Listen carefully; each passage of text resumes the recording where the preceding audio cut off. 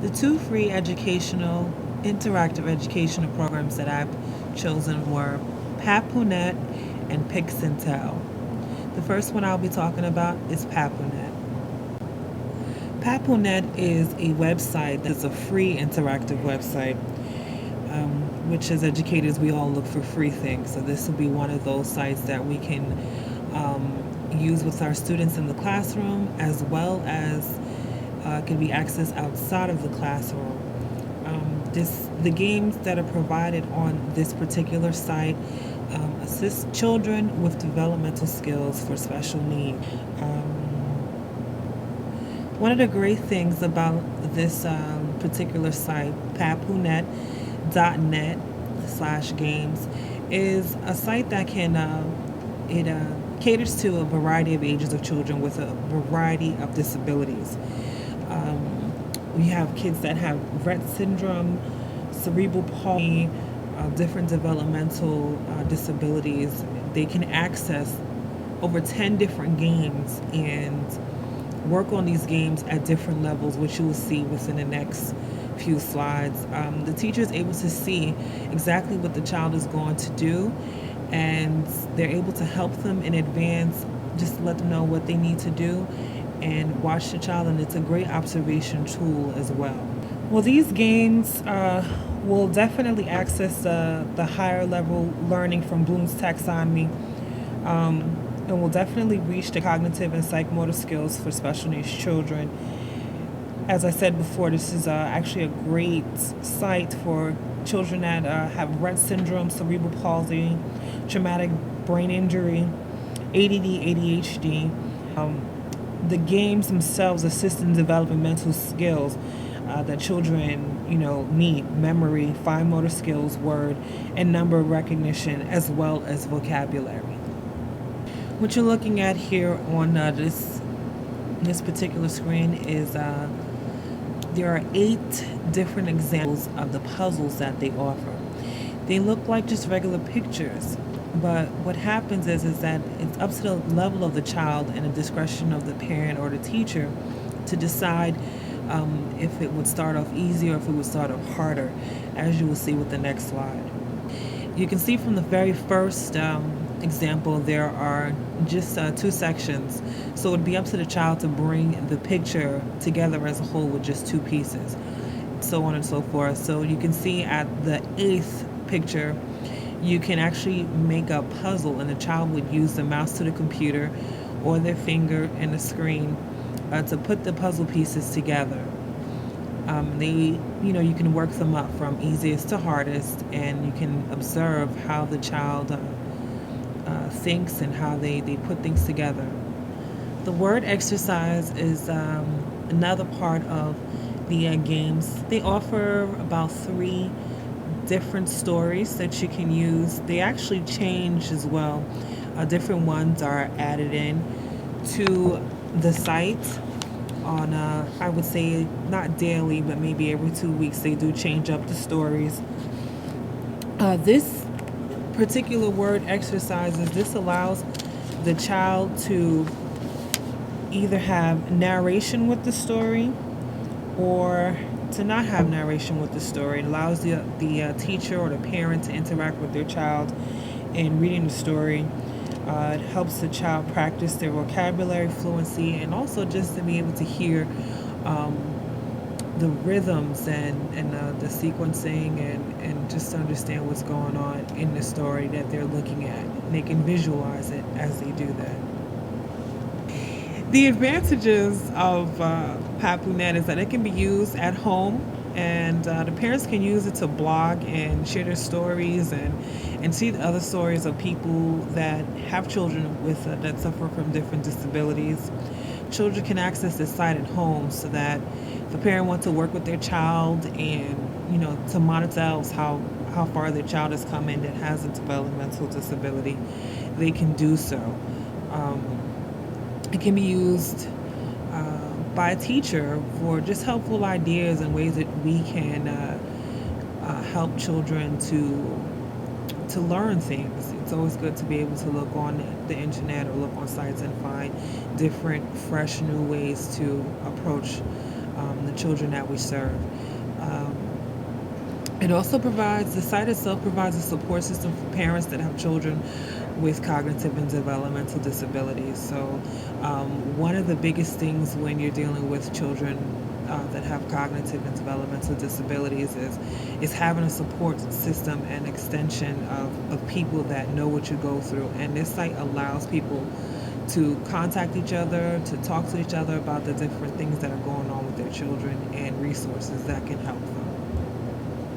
The next free site that we're going to talk about is actually an app that I found. It's called Pixintel, and it's free for the iPad and the iPhone.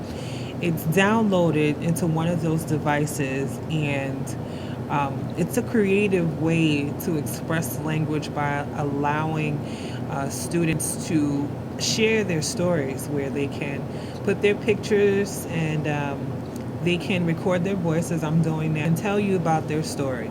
I also feel that it's great for teachers and parents because everyone can use it. So you can share your information and it's free. So, of course, again, we love things that are free.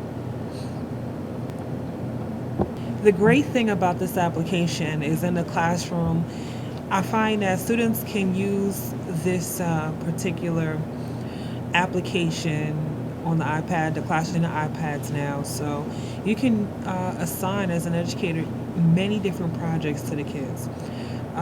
One thing you can do a photo share where you're allowing the kids to introduce maybe themselves, their family, friends, their dog, just things that are important in their lives to their classroom by using the iPad and presenting themselves. Um, Teacher, can guide the student. It allows the teacher even an observation of able to see how their students are receiving instructions and able to use the iPad and share the information that they need to share with the classroom. So it's important because the children can use it to share their stories, and they're recording their stories and they're talking. So it's teaching them also the time management that they need to with each picture as they speak. How many minutes it's going to be. It gives them a chance to understand planning.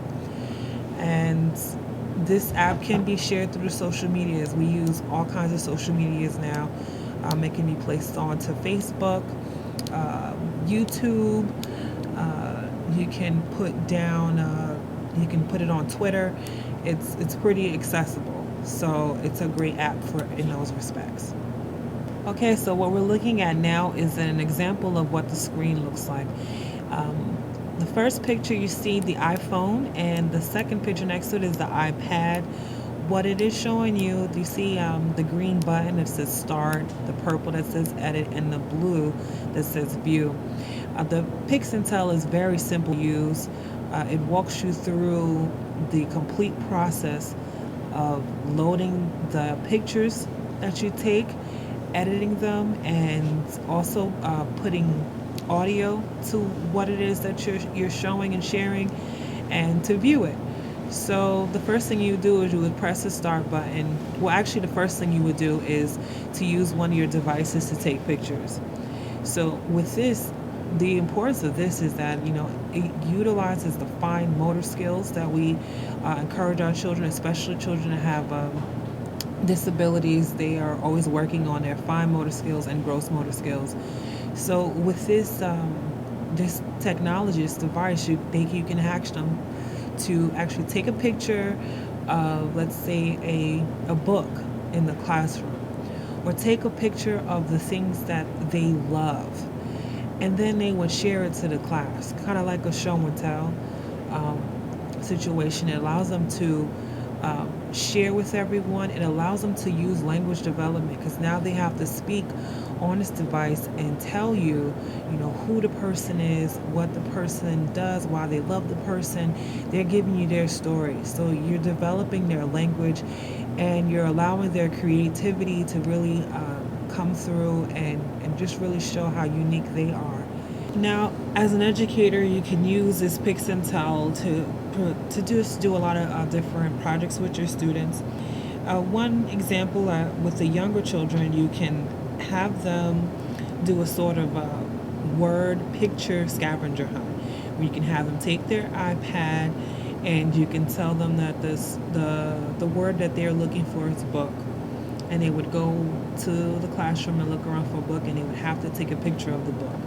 So it allows them to use their gross motor skills, their fine motor skills, their language is being used, their vocabulary is being developed, they're moving around, they're active. So you're allowing the kids to just use just about every kind of sensory learning that they can use to really just get engulfed in the work and the task that the teacher has at hand for them. The advantages of using Pix and Tell, so the parents can actually view and see what their children are doing the rest of the day or for that particular project. So it allows also the teacher to share with the parents what their child is doing, and of course we can use the app and link it to different social media, so we can do so.